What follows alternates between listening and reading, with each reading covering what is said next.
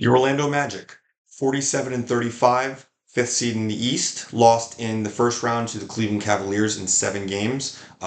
Very unexpected result for a very young team, coached by head coach Jamal Mosley, who, for his efforts, got third in one of the top three spots in Coach of the Year voting, and certainly deserved. Orlando came out of nowhere, largely off the back of their defense, which was excellent in so many ways. It was the third ranked defense, and the advanced stats say that the defense is real old. They do foul a little bit too much. They're a young team. Maybe they'll get over that. The real problem when it comes to Orlando is the offense. They have been a bottom 10 offense for 12 straight years, which is kind of ridiculous when you really stop and think about it.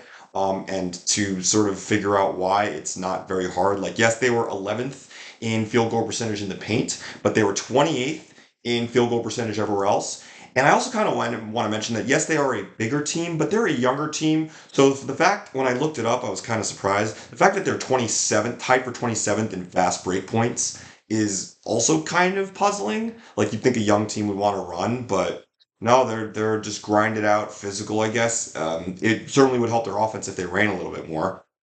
Now, as for this upcoming year, what will also help their offense is having a more proper starting point guard. Yes, Paolo Banchero is, the guy who runs the offense, and Franz Wagner, but those two guys don't aren't the most efficient players, and that's kind of a problem and needs to be fixed if Orlando ever wants to like make a title run.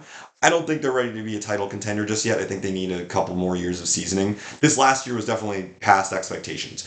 I don't In all honesty, I don't anticipate that they will get to that same level again. I know that there's sort of anything's possible mantra in the East, but I think other teams are better, and they were also Orlando was healthier than most of the other teams, which is kind of played to their favor. And yes, injuries are always a thing. I just don't see them repeating this trend of being the fifth seed. I see them somewhere closer. Maybe they could be a fourth seed, fifth seed, but I think they're closer to like six or seven. And that's going to be off of the improved shooting. They signed Caldwell Pope in the offseason. He definitely helps as far as the shooting goes, and they need floor spacing. But in exchange, they did lose Joe Ingles, who was a good floor spacer and a valuable playmaker off the bench. So, questions now have to be asked about where that playmaking and shooting is going to get replaced. Is it going to be Anthony Black, who played well, didn't do a ton of the stats, but the advanced stats very well, but he did some serviceable things, and he's a big guard. Cole Anthony off the bench, is he going to step up? Jet Howard, does he play?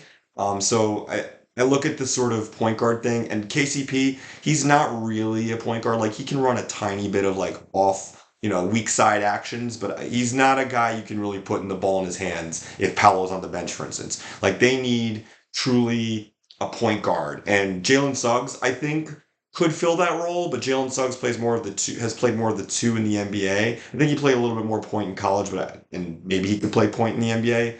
But that's what I would want to happen, and then you play KCP as the two guard.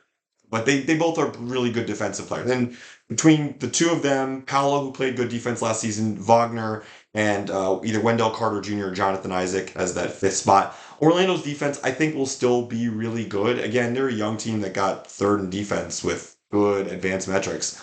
In theory, that'll carry into this upcoming season.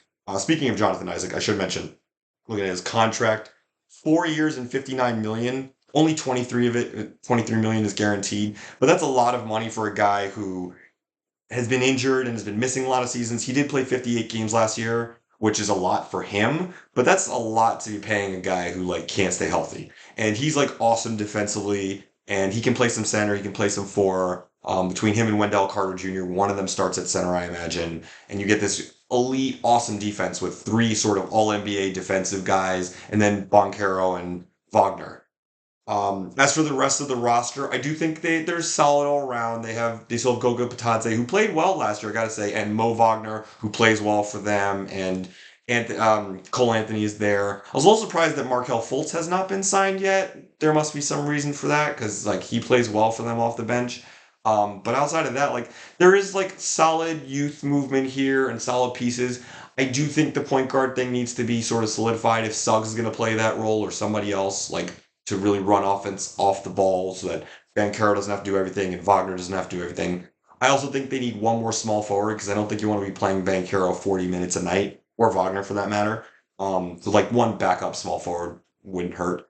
But otherwise, like Orlando is a team I could easily see being in that sort of title contention race in a couple years. I think Wagner and Banchero need to get better in terms of their efficiency. Like Franz Wagner shot 28% um, among the 200 players with 200 attempts, like from 28% from three is dead last. That's not acceptable. Bankero was 43rd out of 48 players in true shooting percentage. For any player with a 25% or higher usage rate, that needs to change. And I think if you clean those two things up, all of a sudden Orlando starts to look better, not a top bottom 10 offense anymore. And then who knows from there? If the defense holds up, the offense gets a little better, maybe I don't think this year, but maybe next year, maybe in 2 years, they're a title contender. And they have a lot of size, so good luck facing them even this year in the playoffs because nobody wants to deal with a young team with a lot of size, a lot of defense, if especially they become a good offense.